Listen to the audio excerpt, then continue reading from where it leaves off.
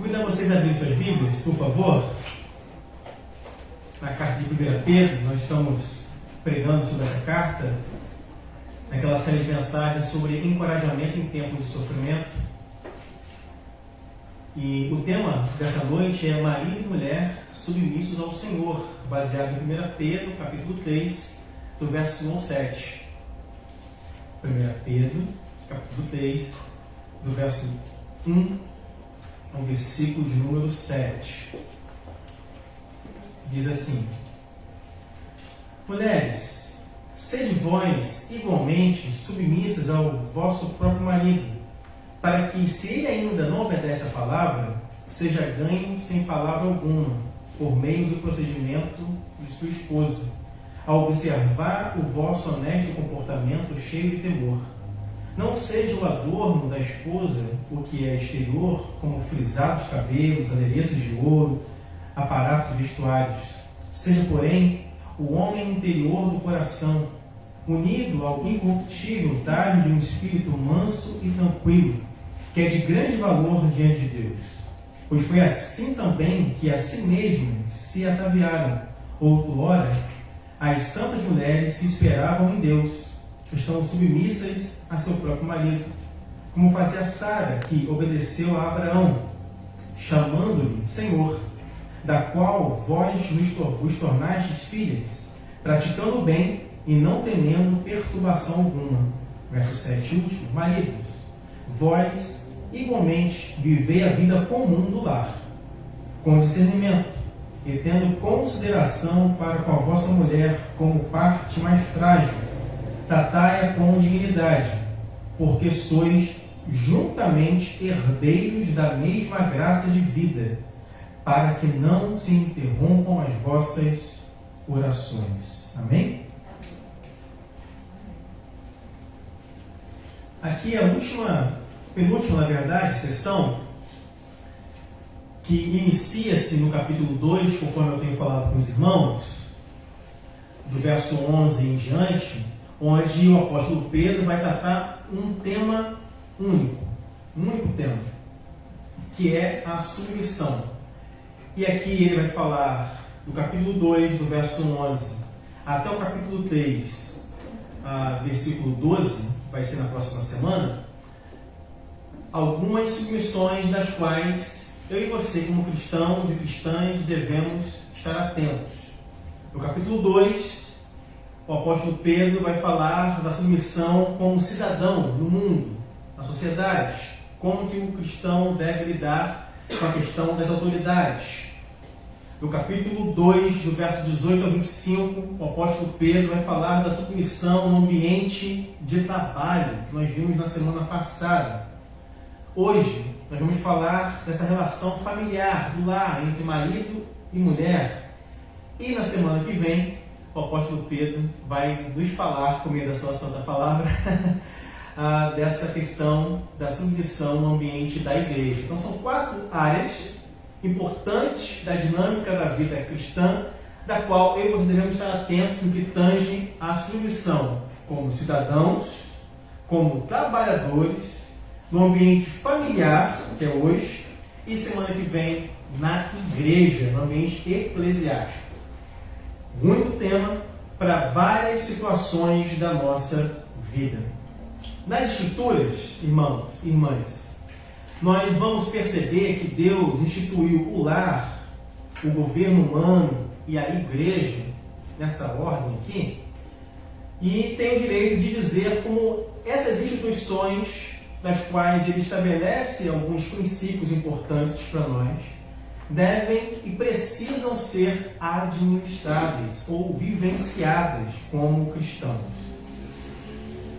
Nós encontramos uma situação um tanto quanto estranha no mundo atual. Por quê? Nesse assunto sobre casamento, sobre família. Vivemos um tempo onde há uma quantidade exorbitante disponíveis de informações sobre sexo, sobre casamento, do que em muitos outros tempos passados.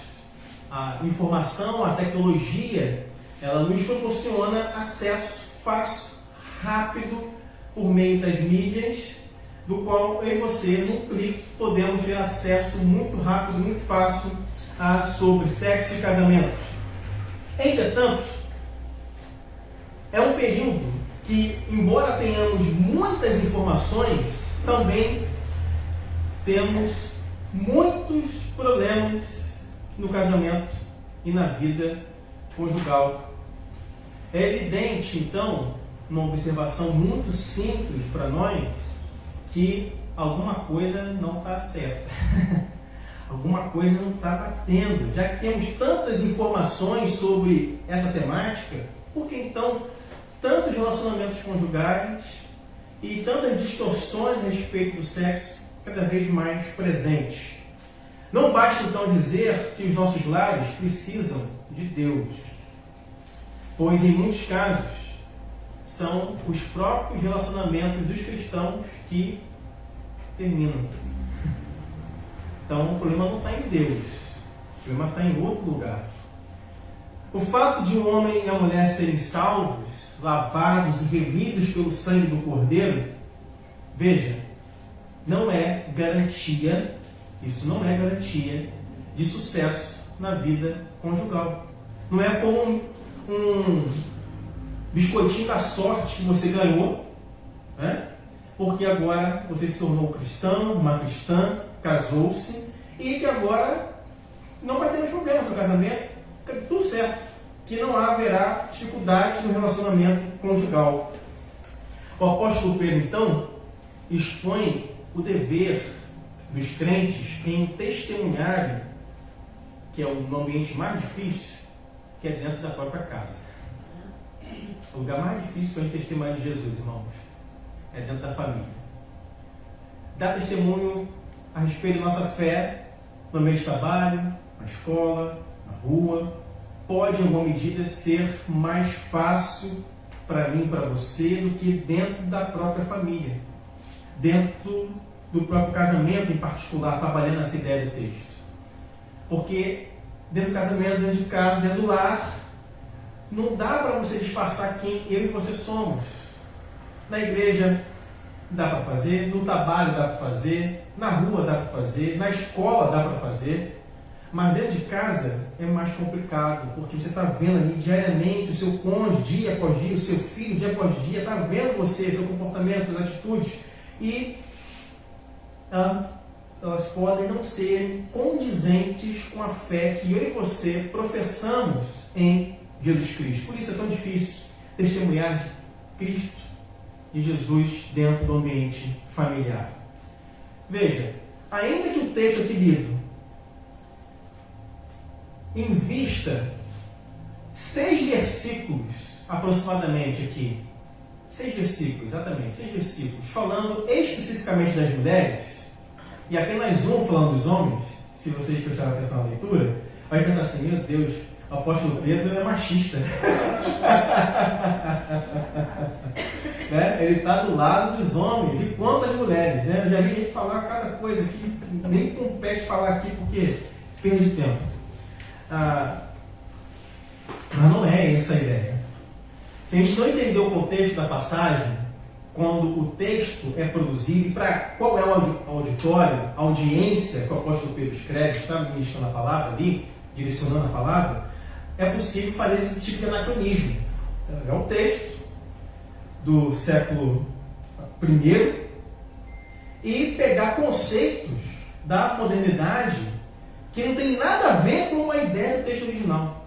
E muita gente faz isso hoje. E é um grande perigo para nós que pregamos, que ensinamos a palavra, sermos tentados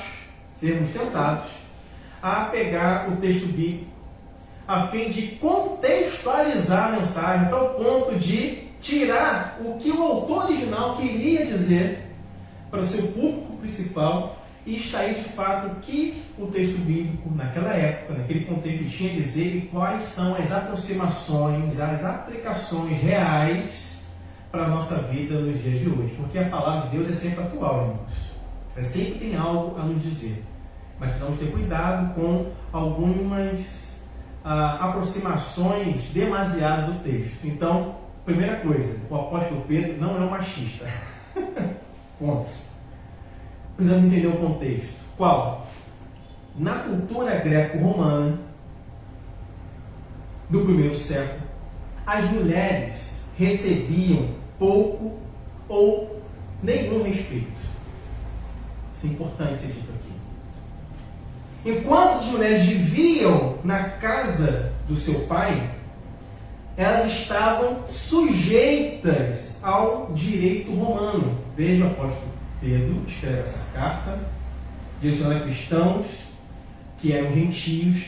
Tem que sempre lembrar aqui para vocês que a primeira carta de Pedro tem muitas metáforas, muitas alusões ao Antigo Testamento para um público judeu que entendia muito bem essas alusões, e ele está aproximando essas alusões para um contexto de pessoas que não são da língua ou da etnia judaica, são gentios. A carta está num contexto romano. Importante dizer isso aqui. Voltando. Então, essas mulheres, enquanto viviam na casa dos pais, estavam sujeitas ao direito romano chamado o poder do pai. Tem um nome em latim que eu não vou me atrever a falar aqui, tá? Porque eu não estudei o suficiente para pronunciar o nome direitinho. Que concedia aos pais o quê? Autoridade máxima sobre a vida da mulher, na vida dela e também sobre a morte sobre os filhos. Os maridos tinham um tipo similar de autoridade legal, jurídica mesmo, sobre as suas esposas. A sociedade aqui, nesse contexto, considerava as mulheres como escravas, como servas, que deveriam ficar onde? Fica em casa. Fica em casa. Mulher, lugar de mulher é em casa. É dentro de casa. Essa é a mentalidade aqui. E para muitos ainda hoje, eu vou tratar disso já já. Aguenta o coração aí. E obedecer a seus maridos. É esse contexto que o apóstolo Pedro escreve. Então isso começa a fazer um pouco de sentido quando você lê esses 7 versículos, essa orientação de Pedro aqui, a priori, 6 versículos direcionados somente às mulheres e um apenas aos homens. A gente tem que entender o contexto que está escrito a palavra. Quando a gente lê, por exemplo, a carta ao Filemão, já falei isso em outro momento, Filemão é um escravo. E o apóstolo Paulo, ao escrever a carta, não só a Filemão, mas em outros momentos, quando ele trata a respeito da escravidão muito sucintamente, ele não faz um levante popular dentro da igreja, vamos acabar com a escravidão do Império Romano, vamos nos revoltar contra os seus senhores. Não, não faz isso. Não faz isso. De entender que existem processos históricos que precisam ser vivenciados, respeitados, assim como a palavra de Deus dentro de um contexto, fazia sentido naquela época, naquele contexto, que o apóstolo Pedro escreve essa carta, voltando aqui para Pedro, e pegando o exemplo do apóstolo Paulo, para que aquele escravo não se revoltasse, não fizesse uma rebelião contra o seu senhor. Mas a relação que há ali de senhor e de escravo, pensando na carta de Filemão, já dá indícios para a gente de como isso deveria acontecer no ambiente como cristãos e, posteriormente, o que vai acontecer no decorrer da história. Veja, era inimaginável, porque imagina o contexto da igreja do primeiro século. Muitos são escravos, irmãos. A gente perde essa dimensão, a gente pensa na igreja no primeiro século com a cabeça de hoje. A gente esquece que na igreja primitiva, muitos dos primeiros cristãos e cristãs eram escravos. E na igreja, possivelmente tinham também os seus senhores dentro da igreja. Imagina a relação dentro da igreja. Aquele que está pregando, responsável pela congregação na época, era um escravo. E sentado lá ouvindo a pregação, é o Senhor dele. Só o Evangelho pode fazer isso, irmãos. E fez. Por isso, a mensagem do Evangelho ela é tão revolucionária nesse sentido. Porque ela é a única que pode mudar esse status, essa relação pelo sangue do Cordeiro, onde não há. Por isso Paulo vai dizer escravo nem livre, homem nem mulher, judeu nem gentio, e assim sucessivamente. Só a mensagem do Evangelho produz isso, irmãos. Pessoas que podem ter uma condição social mais alavancada e estar sentado no banco ouvindo alguém mais empobrecido que ele. Ser o pastor dele. Ser o líder dele na igreja. Exercer autoridade espiritual sobre a vida dele. E ele vai obedecer e ouvir. Muda-se a relação a partir da fé cristã. E é exatamente isso que o apóstolo Pedro aqui está dizendo para nós. Avançando.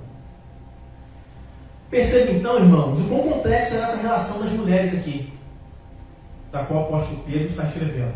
A ética cristã precisa reger os nossos relacionamentos como cidadãos, como patrões, como empregados e também como cônjuges. Pedro começa com as mulheres e dedica a maior parte do texto a elas. Isso porque as mulheres eram as que enfrentavam maiores o quê? Dificuldades. Por isso, a maior parte do texto aqui, 6 versículos são dedicados a ela, por quê? Quem enfrentava a maior dificuldade nesse contexto histórico aqui eram as mulheres, não eram os homens. Por isso perceba a diferença aqui.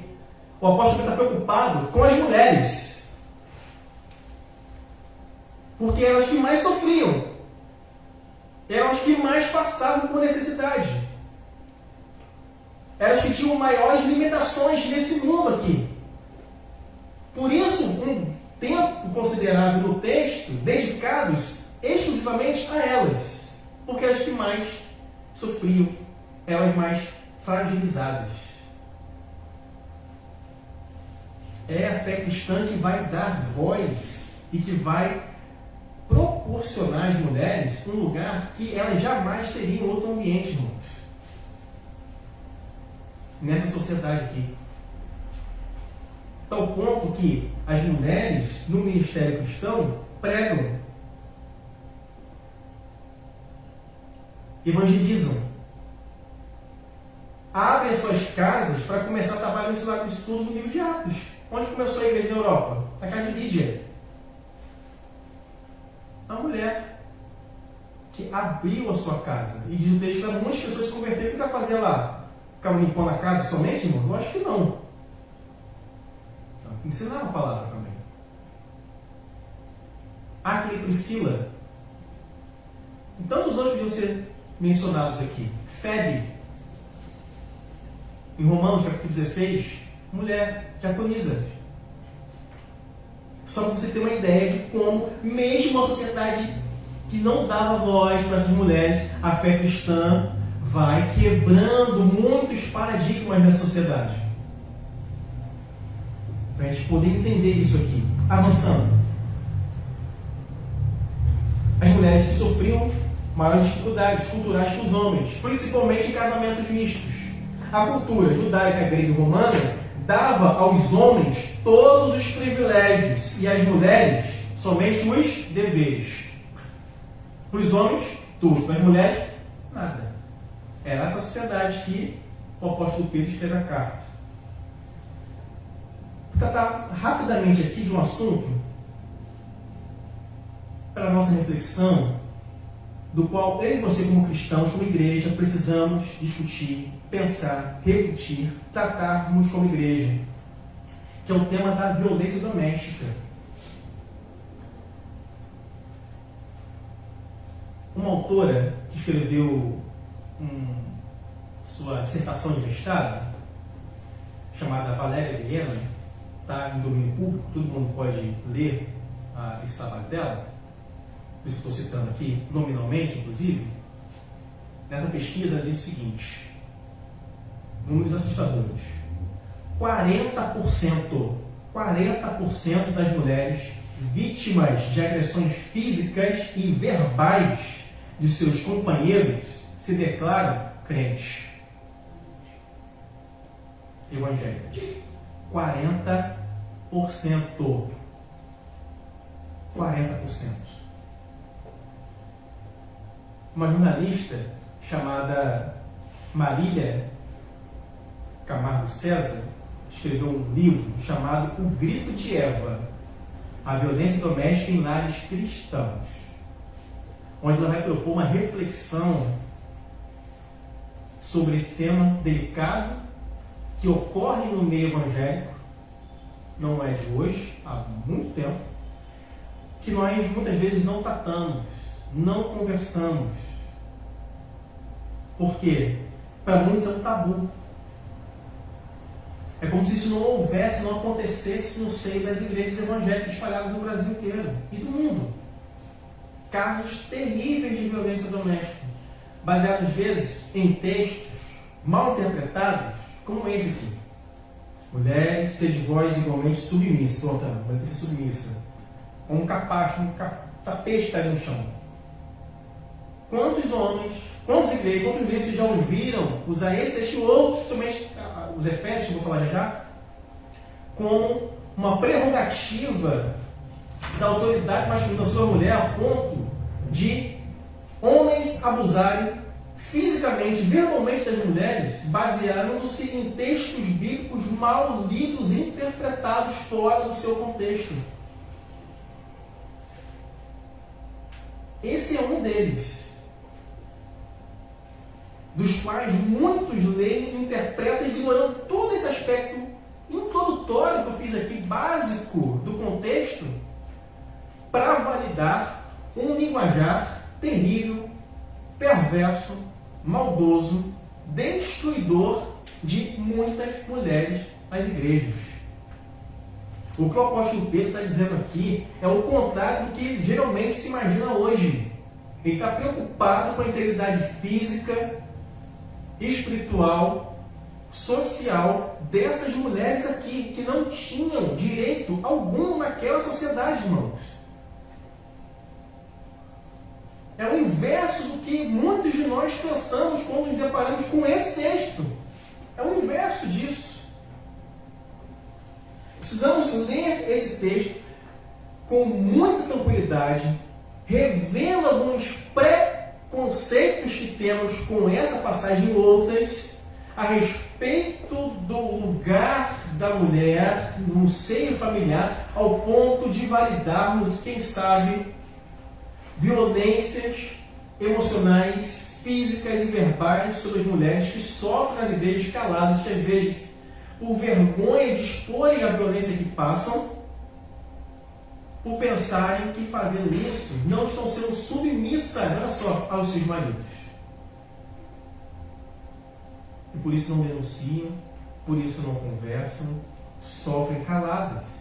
Quando abrem a sua boca para falar, muitas vezes em ambientes de igreja, ambientes eclesiásticos, com seus pastores, suas pastoras, líderes cristãos, a orientação: ora, minha irmã, que Deus vai dar a vitória. E a irmã toda machucada, emocionalmente e fisicamente também, com abalos emocionais terríveis, de homens que usam o texto bíblico como filhos do diabo. Filhos do diabo. Não como filhos de Deus. Para maltratar e subjugar as mulheres.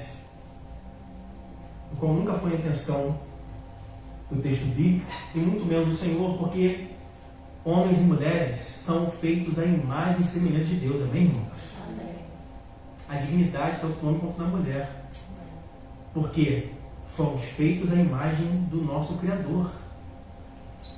Não há no texto bíblico, a não ser em forma de pecado, a ideia de um dominar sobre o outro. O texto bíblico, antes da queda, o homem e a mulher dominam sobre os animais, sobre a criação, não um sobre o outro. Isso é o resultado de dominar, de poder, de briga de poder por causa do pecado, efeito da queda. E as pessoas querem usar isso como uma prerrogativa para o aprisionamento, a perversidade e a perpetuação do mal contra a vida das mulheres, que são muitas vezes, na maioria das vezes, as verdadeiras vítimas de homens terríveis e perversos. Avançando, a fé cristã provocou uma verdadeira revolução, irmãos. o desrespeito ao lugar das mulheres, não somente no ambiente cristão de igreja, mas para o mundo. Porque a mulher deixou de ser uma coisa e se tornou uma pessoa. Amém? Ela não é inferior, mas é digna de toda honra diante de Deus. Um texto mal interpretado, assim como esse, por muitos, e que reforçam esse índice que eu falei aqui, nessa pesquisa, de 40% de mulheres que afirmam serem evangélicas e que sofrem toda sorte de violência doméstica, é Efésios 5. A leitura de Efésios 5 nos mostra que o homem violento contra sua esposa está longe de ser submisso, irmãos.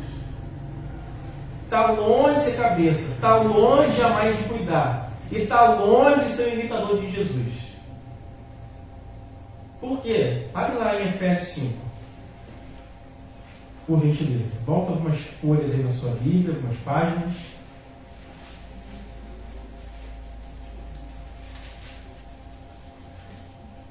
Efésios 5. Começamos a leitura muitas vezes em Efésios 5, do verso 22, que diz assim: as mulheres sejam o quê, irmãos e irmãs? Submissas ao seu próprio marido, como ao Senhor. Porque o marido é o cabeça da mulher, como também Cristo é o cabeça da igreja, sendo este mesmo salvador do corpo.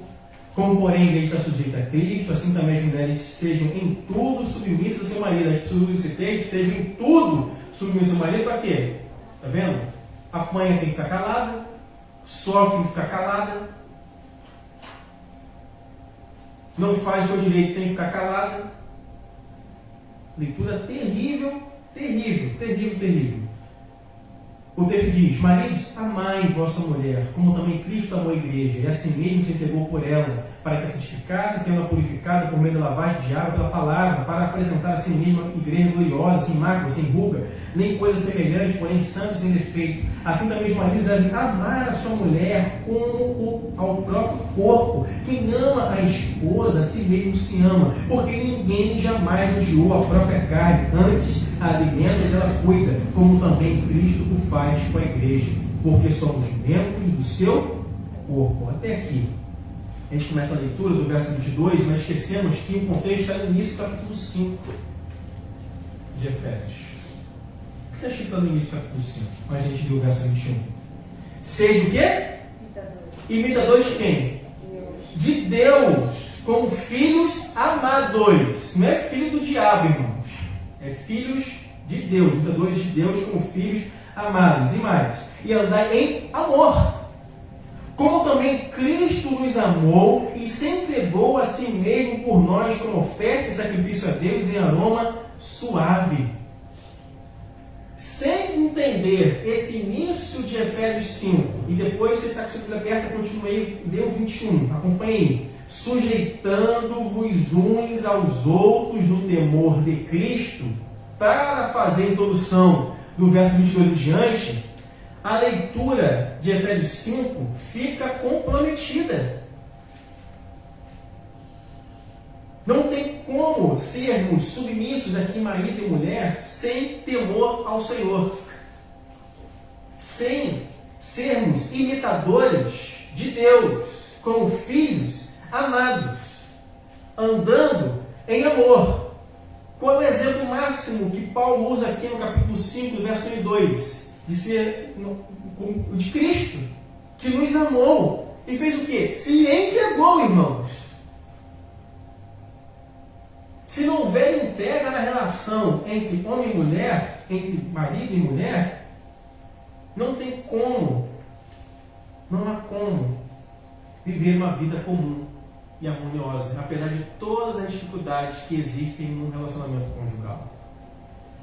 Sem essa leitura de Efésios 5, onde apresenta para nós que devemos sermos sujeitados uns aos outros, ou seja, uma sujeição mútua entre homem e mulher, não há relacionamento conjugal que floresça e frutifique. sem entender que o nosso modelo a ser imitado é o de Cristo, e que somos filhos e filhas amadas, não há como ter um relacionamento conjugal frutífero e abençoado e fraterno diante de Deus e dos homens. Avançando. Também entendemos que o conceito de submissão está estritamente ligado ao conceito de serviço. Logo, eu também sou submisso a ela. Submissão mútua. Isso cria o quê? Um círculo infinito, bendito, de amor, de graça, de fraternidade, de comunhão, para que não haja espaço para a violência, seja ela física, seja ela verbal. Ainda que ocorram desentendimentos, veja, naturais. Em qualquer casamento há desentendimento. Amém? Qualquer casamento tem desentendimento. Um pensa uma coisa, o outro outra, tem uma confusão, uma briga aqui, um desentendimento, mas veja, ofensa, agressão, soco, xingamento, principalmente entre filhos e filhas de Deus, isso é um absurdo. É um absurdo, irmãos. Não é à toa que esse número dito aqui assusta tanto a gente.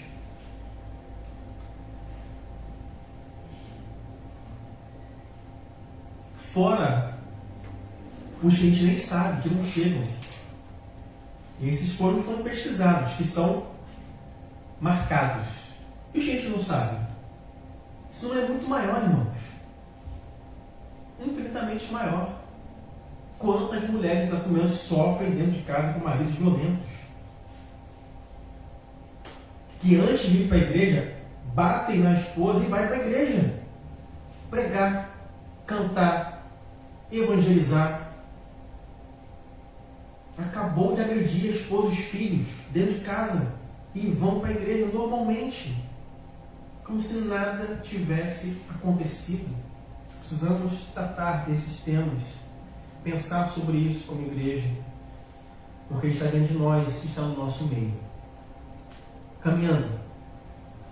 É importante destacar que a mulher foi criada em imagem e semelhança de Deus, tanto quanto o homem. A mulher possui a mesma dignidade em Cristo que o homem possui em Cristo. Não pode haver homem nem mulher, nem judeu, nem grego. Gálatas 3, 28. Sendo assim, o ensino de Pedro está em consonância com as Escrituras. As mulheres cristãs deviam conquistar seus maridos, aqui no texto aqui lido, de 1 Pedro 3, não com palavras, veja, mas por meio de um comportamento exemplar. Por quê? Veja, uma mulher, nesse contexto aqui, que se convertia, o marido não, imagina o inferno que é dentro de casa. Nesse contexto da sociedade aqui. Onde a mulher não tinha voz, não tinha nada, não podia fazer nada. Ela conheceu Jesus. Ouviu o menino do Evangelho? O marido é descrente. Professa alta fé.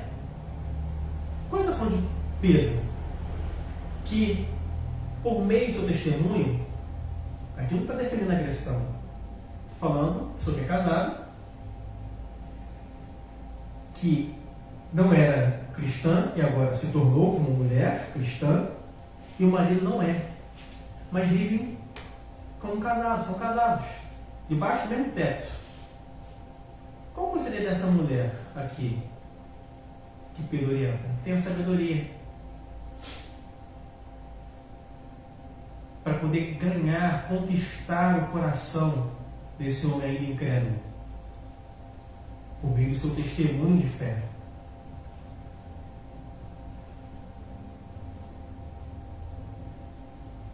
Como entender a conduta das mulheres aqui? No verso 3 e 4, dá a resposta para a gente. Segundo Pedro aqui, o apóstolo Pedro, o verdadeiro enfeite é interior, não é externo. Pedro não está defendendo, como alguns interpretam, já vi isso também, que a mulher não pode usar brinco, não pode botar roupa bonita. Não é isso não, irmão. Não tem nada a ver isso. Se a gente não entender de novo o contexto, a gente fica perdido aqui. Essa recomendação é semelhante àquela que o apóstolo Paulo escreve lá para Tito, no capítulo 2, verso 9, diz assim: quanto às mulheres, que elas tenham roupas decentes e se enfeitem com pudor e modéstia. Não usem tranças, nem objetos de ouro, pérolas ou vestuário suntuoso. Deixa eu ler isso aqui, tá vendo? A mulher não pode usar brinco, a mulher não pode trançar o cabelo, não pode usar ouro, não pode botar anel, não pode botar cordão, não pode botar nada. Entendeu? Já ouviu isso em algum lugar, irmão? Tenho certeza que já ouviu isso em algum tempo. Mas não é isso que o texto está dizendo para a gente. Por quê? Quando Paulo escreve a carta para Timóteo, e tem muito a ver aqui no contexto com Pedro, o enfeite tem uma conotação, veja, na carta para Timóteo, corrigindo aqui, quando Paulo escreve para Timóteo, o enfeite tem uma conotação negativa aqui. Só que na carta de Pedro, ele pede que as mulheres cristãs escolham o enfeite que dura para sempre. Elas podem escolher. O contexto é outro. É escolha, não é imposição. Importante isso aqui. Se não entendermos isso, a gente vai fazer afirmações terríveis contra as mulheres, que já aconteciam nessa época aqui, e que muitos usam esse texto para dizer que não pode usar brinco, pode passar batom, pode usar nenhum penduricalho, um friso no cabelo, um corte diferente, pintar o cabelo então é coisa do cão. Baseado nesses textos e outros, irmãos, que é um absurdo. A exortação da primeira carta de Pedro afirma que a verdadeira beleza está na riqueza existente no coração das pessoas. Outro dado que pode nos ajudar a ter um olhar diferente desse texto: o modo de vestir das mulheres não deve chamar a atenção sobre elas mesmas. Por quê? Qual é a ideia aqui de Pedro? Ele tem em mente: existiam cultos que eram prestados a algumas divindades pagãs. Quais? Artemis. Já gostou ali, né? E Ísis. Pessoal que gosta de Netflix, acompanhar seriado e tal. As divindades. Que eram muito cultuadas na Ásia Menor, onde o Pedro está inserido. O vestuário era muito suntuoso das mulheres, adornado com pedras preciosas. E ainda tinha umas estatuetas nos seus vestimentos para essas divindades. Para evitar essa confusão com as mulheres cristãs, para que elas não fossem confundidas com essas mesmas mulheres que praticavam uma religião pagã com as divindades Artemis e Ísis, a instrução que o apóstolo Pedro dá, e Paulo também, é o quê? Modéstia. Para vocês não serem confundidas com essas mulheres como professas das deusas Artemis e Ísis, vocês não serem confundidas com essas outras mulheres que adoram essas divindades por causa da sua vestimenta. O que vocês façam, mulheres? Vistam-se de maneira modesta. Não chama muita atenção, não. Por quê? Nessa cultura aqui, quem vive assim são essas mulheres que vivem servindo a essas deusas pagãs. Vocês agora têm uma outra beleza, que é interior. E é por isso que o apóstolo Pedro dá essa orientação às mulheres. Não é dizendo que elas não podem usar, irmão. Irmã, gente, vai ficar feliz agora. Amém. Que coisa boa. O homem cristão, aqui, caminhando para o final, é chamado a ser compreensivo com sua mulher. Uma vez que na sociedade greco-romana, a mulher é considerada o vaso o quê? Frágil. Agora faz sentido para a gente, né, a leitura do texto. Por isso que o texto bíblico faz questão de mostrar que o homem deve proteger, guardar essa mulher. Porque no verso 7 diz: maridos, vós igualmente, começa a mesma terminologia que inicia o capítulo 3 para as mulheres. Viver a vida comum do lar. A ordem que os maridos honrem suas esposas é exclusivamente cristã. Por quê? Os homens, olha só que interessante, nessa cultura, não valorizavam as mulheres. Mas a partir do momento que um homem se torna um cristão, mesmo que a sociedade, os valores da sociedade sejam contrários à fé cristã, nós, como cristãos nesse tempo, temos que manter a nossa fé firmada em Cristo. Não importa se os valores da sociedade são contrários à nossa fé, mas a nossa fé é única. Temos de manter firmes nela. Esse homem cristão, agora, não deve se adequar aos valores dos homens daquela sociedade que desvalorizava as mulheres, que tinham as mulheres como um objeto, como escravas, que ele podia comprar e fazer isso, como suas servas. E tinha direito sobre elas, sobre seus filhos, para fazer o que ele quisesse com elas. Mas no momento que ele se torna um cristão, a mentalidade dele precisa ser o quê? Transformada pela mensagem do Evangelho. Não agem assim. Porque agora vocês são cristãos. Homens lavados e remidos pelo sangue do Cordeiro. Que coisa linda, irmãos, que o Evangelho proporciona para a gente. Aqui é uma crítica muito inteligente àquela sociedade.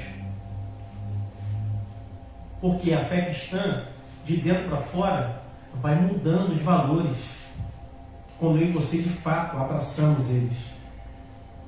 Quando abraçamos a fé cristã de verdade, irmãos, as pessoas que não são cristãs ao nosso redor são impactadas pela ética cristã, pelo seu jeito de tratar a sua esposa, tratar o marido, tratar o filho, no seu ambiente de trabalho, que são assuntos que está tratando aqui. Como você vive na sociedade, como você lida com as autoridades constituídas, como você lida com o seu chefe. Pedro está tratando disso aqui. O cristão tem que ter um proceder ético diferente. Porque o não crente olha, e na hora do ruim, ele vai procurar o crente.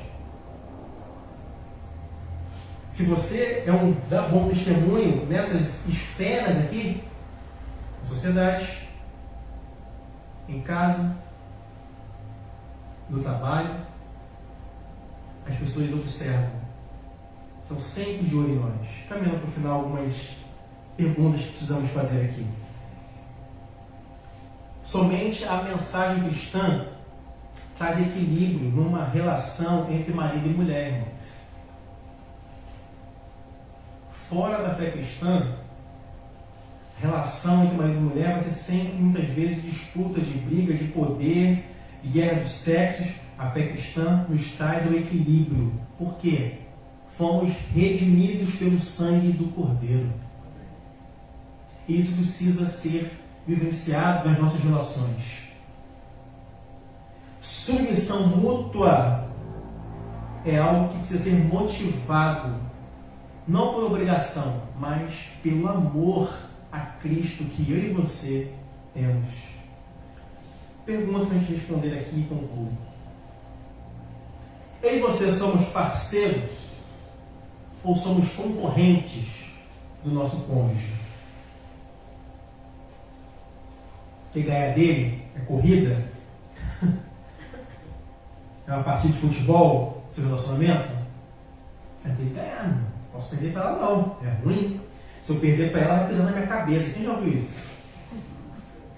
Se eu der mole, meu marido me atropela. Será que a relação conjugal é essa mesmo, do cristão? Eu e você ajudamos o nosso cônjuge a amar ainda mais a Jesus Cristo? A gente ajuda ele? Com ela? Nós somos sensíveis aos sentimentos dos nossos cônjuges, do marido e da mulher, do esposo e da esposa? Temos sensibilidade a isso? Prestamos atenção? Ou a gente palhaçada isso aí, cara? Escura, chorando à toa, você chora à toa. Eu, hein? Bobeira. Tudo chora. Por que chora? O que está amargurando a alma? meu coração? Será que é frescura sempre? Será que é sempre bobeira? Que é sempre nada?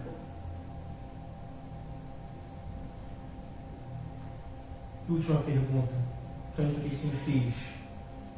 Os nossos filhos e filhas sabem, aqueles que são casados aqui, o quanto ser papai, mamãe amam a Deus? Quando eles olham para vocês, e futuramente vão olhar para mim e para Cris, quando o nosso filho chegar na adoção, sempre vão olhar para a gente e olhar assim: poxa, eu tenho, não, meu pai e minha mãe são exemplos de fé cristã para mim. Eles olham, poxa, com todos os problemas que pai e mãe têm, eles amam Jesus, de verdade, são exemplo para mim. Eles oram, eles leem a palavra, reconhecem os seus pecados, confessam uns aos outros, procuram viver a vida cristã de verdade, apesar de serem pecadores, até de vez em quando botar de castigo. Mas eles são crentes. São perguntas que a gente precisa responder para Deus nessa noite. Feche seus olhos e vamos orar, irmãos. Temos sido submissos a Deus em todas as áreas? Como tem sido nosso relacionamento? O apóstolo Pedro está dando várias orientações sobre submissão aqui na sociedade, como a gente lida na sociedade com as autoridades, como a gente lida no ambiente de trabalho, como nos submetemos no ambiente de trabalho como cristãos. E hoje, na relação marido e mulher, como temos lidado com isso? Deus, ajuda-nos, Senhor, a sermos submissos ao Senhor, porque essa é a premissa da obediência amorosa, graciosa. Quando nos submetemos ao Senhor, iremos nos submeter uns aos outros em amor. Mas quando não nos submetemos a Ti, não há como sermos submissos um ao outro. Porque o orgulho, a arrogância, os nossos pecados tomam conta do nosso coração e queremos poder, queremos mandar, queremos dizer quem é que dá a última palavra, e isso afeta as relações no meio de trabalho, dentro de casa, na sociedade com as autoridades constituídas. Fica uma guerra de poder, briga de palavras que não vão nos levar a lugar algum, a não ser a destruição, a perda, a dor, a mágoa, a ressentimentos profundos na nossa alma. Deus, tenha misericórdia de nós como igreja, a termos coragem de percebermos as violências terríveis que são perpetuadas em nosso meio em relação às mulheres. Que coisa triste, Deus. A violência doméstica será algo visível, presente no nosso meio como igreja, como cristãos. Números alarmantes que ferem a alma de muitas mulheres nesse exato momento, que choram porque foram violentadas por seus maridos. Cristãos. Que possamos chorar, nos arrepender dos nossos pecados. Termos coragem de denunciar essa perversidade no nosso meio. Ajuda-nos, ó Deus, a termos coragem de enfrentar esse problema que é real no seio da igreja evangélica. Que não nos acovardemos diante dessas adversidades, que são reais. Mulheres que sofrem caladas por anos nos seus casamentos, com agressões físicas, verbais, com a anuência de pastores, pastoras, líderes, que sabendo dessa perversidade nada fazem, por covardia, por medo, por acharem e interpretarem textos bíblicos erroneamente. Uma teologia ruim leva-nos a uma doutrina e uma prática de vida cristã ruim. Que possamos ter, ó Deus, uma teologia, uma compreensão do Senhor, da Tua Palavra, correta, dependente do teu Santo Espírito, para que nos leve a uma boa doutrina, a uma boa prática de vida cristã, nos nossos relacionamentos conjugais, familiares, no trabalho e na sociedade. E como igreja, que é o que o apóstolo Pedro vai tratar mais adiante na sua palavra. Ó Deus, ajuda-nos como cristãos a sermos submissos ao Senhor, para que possamos assim sermos submissos em todas as esferas que devemos ser, com graça, com misericórdia, uns aos outros. E agora, que a graça do Senhor Jesus, o amor de Deus e o nosso Pai, e as ricas consolações do Santo Espírito de Deus seja derramado sobre a comunidade Batista Redenção e sobre todo o povo de Deus espalhado na face da terra, hoje e sempre. Amém e amém. Deus abençoe sua vida, meu irmão, irmã. Próximo domingo, querendo Deus, estaremos juntos novamente na Escola Bíblica Dominical, nosso panorama bíblico sobre o livro de Números, nosso culto pela manhã, uma série de mensagens sobre discipulado. Participe, convide pessoas, e à noite, meditando na palavra de Deus, na carta de Pedro, querendo nosso Senhor. Até o próximo domingo.